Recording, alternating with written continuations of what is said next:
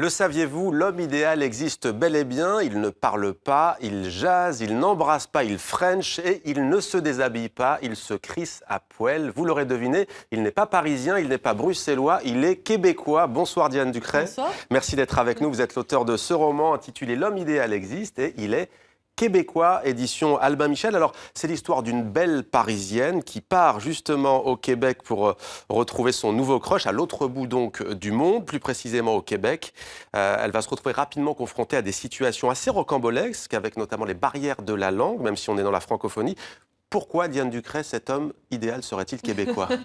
Il y a quelque chose d'assez différent par rapport en effet à Paris ou à la France. Peut-être qu'en France, on a perdu un certain élan, un certain enthousiasme sur l'autre.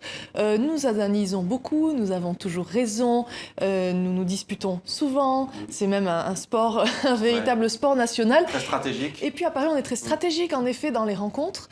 L'autre n'est pas une fin, il est souvent un moyen. On est très codifié également dans le rapport à l'autre.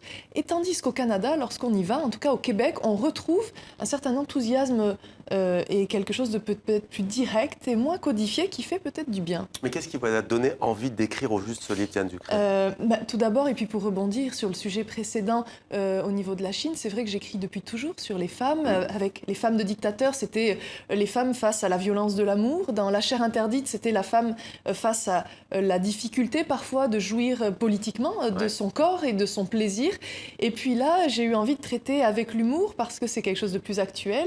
Vous savez qu'il n'y a jamais eu autant de célibataires dans l'histoire de l'humanité qu'aujourd'hui en Occident, alors qu'on n'a jamais eu autant de moyens de se rencontrer. Et j'ai eu envie de tendre un miroir un peu amusé aux femmes et aussi aux hommes sur nos craintes, nos peurs, nos grandes attentes et nos petites désillusions que nous nous construisons aussi. Alors, c'est un roman parfois très drôle. C'est avant Mais tout... comment ça, parfois seulement ? Non, je m'en vais tout de suite, moi. Ne faites pas la québécoise, Diane Ducret. Non, mais cela dit, non, vous allez comprendre, je dis drôle, mais en même temps, parfois assez dur. Les Parisiens, par exemple, en prennent pour leur grade. Oui, que vous ont-ils fait ?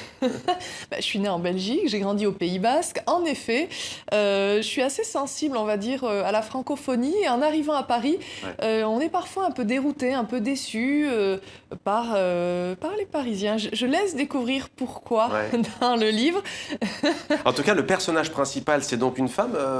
On n'a pas son nom. Pourquoi est-ce que vous avez fait ce choix pour que le maximum de femmes puissent s'identifier à la narratrice, au fond ? Parce que cette jeune femme, c'est un peu toutes les femmes. D'ailleurs, le sous-titre du livre, cela pourrait être tout ce qui se passe dans la tête d'une femme quand elle rencontre un homme et qu'elle n'a jamais osé dire à voix haute. C'est un peu le compte-rendu de toutes les situations les plus gênantes dans les premières fois, avec ce qu'elles ont de merveilleux parfois. Et de catastrophique et de terrorisant quand on a plus de 30 ans et des bagages. Être capable de prendre un avion ou de se jeter dans le vide pour la personne que l'on pense être l'homme ou la femme de notre vie. Et qu'on idéalise. Alors, est-il vrai que vous retrouvez donc... d'abord, je vous demande, quelle est la part de fiction ou pas ? Est-ce que vous avez rencontré, est-ce que vous avez vécu certaines de ces situations ? Je suis allée réellement au Québec. Voilà pourquoi aussi ce livre. J'y suis allée faire la promotion de La chair interdite, justement, qui a eu beaucoup de succès là-bas. Et je me suis vraiment retrouvée dans des situations rocambolesques, c'est-à-dire une balade en chien de traîneau qui vire au cauchemar, qui peut être très romantique, mais qui ne l'est pas quand on finit le nez dans la neige. On ne va pas tout raconter, mais aussi avec l'éditeur. Vous êtes au restaurant, vous dînez, et il vous dit à la fin du repas, je ne te laisse pas repartir toute seule, tu es bien trop chaude. Là, vous étiez estomaquée, ça vous tient bien, vous avez bu peut-être un verre de trop. Oui, en fait, ça veut juste dire que vous avez un peu bu. Et en effet, en conduisant, en vous ramenant, il peut vous demander, moi il m'a demandé, tu chauffes toi ? Ouais, mais là il le fait exprès quand même, non ? Il vous demande si vous conduisez. Ça veut dire est-ce que vous conduisez ? Est-ce que tu conduis ? Et ça peut vraiment arriver que la personne vous propose en effet une paire de claques. Ce sont juste des surchaussures, des chaussons. Il y a vraiment des décalages linguistiques, moi, dont je me réjouis, que j'adore. C'est ça qui désacralise les choses, au fond, peut-être, qui fait qu'on est moins dans une stratégie dans la relation. Oui, on est déjà plus direct. C'est vrai qu'au Québec, on a tendance peut-être à dire un petit peu plus ses états d'âme, de manière plus pragmatique parfois, mais ce qui est aussi beaucoup plus facile, beaucoup plus allégé. Et moi, venant du Pays Basque et de Belgique, il y a beaucoup d'expressions. Déjà, moi, je me réjouis de cette richesse de la langue qu'on a un peu perdue chez nous. On parle pointu, comme ils disent, et c'est un peu vrai, et on perd un peu de richesse. Alors, votre roman aborde également donc, la différence culturelle, en particulier linguistique, on vient d'en parler.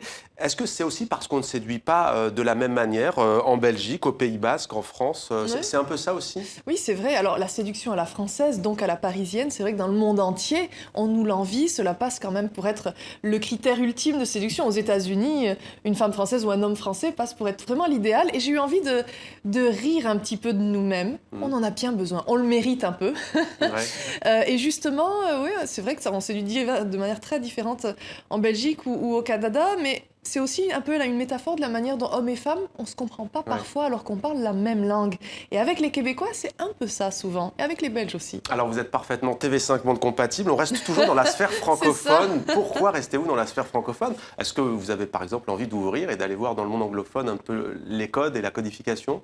Mais j'ai pas la prétention de les connaître.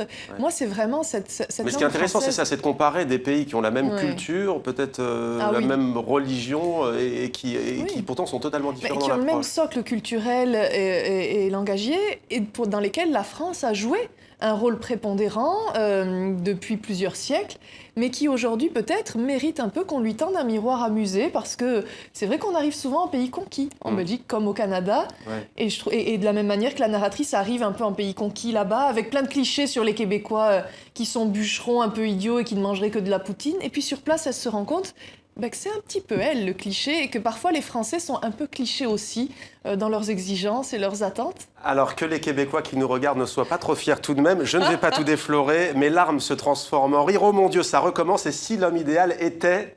3 points de suspension belge. J'ai gaffé. Je l'ai dit, j'ai pas fait exprès, voilà. On saura que c'est toujours dans le monde francophone. Merci à vous, Diane Ducret, d'être venue sur ce plateau.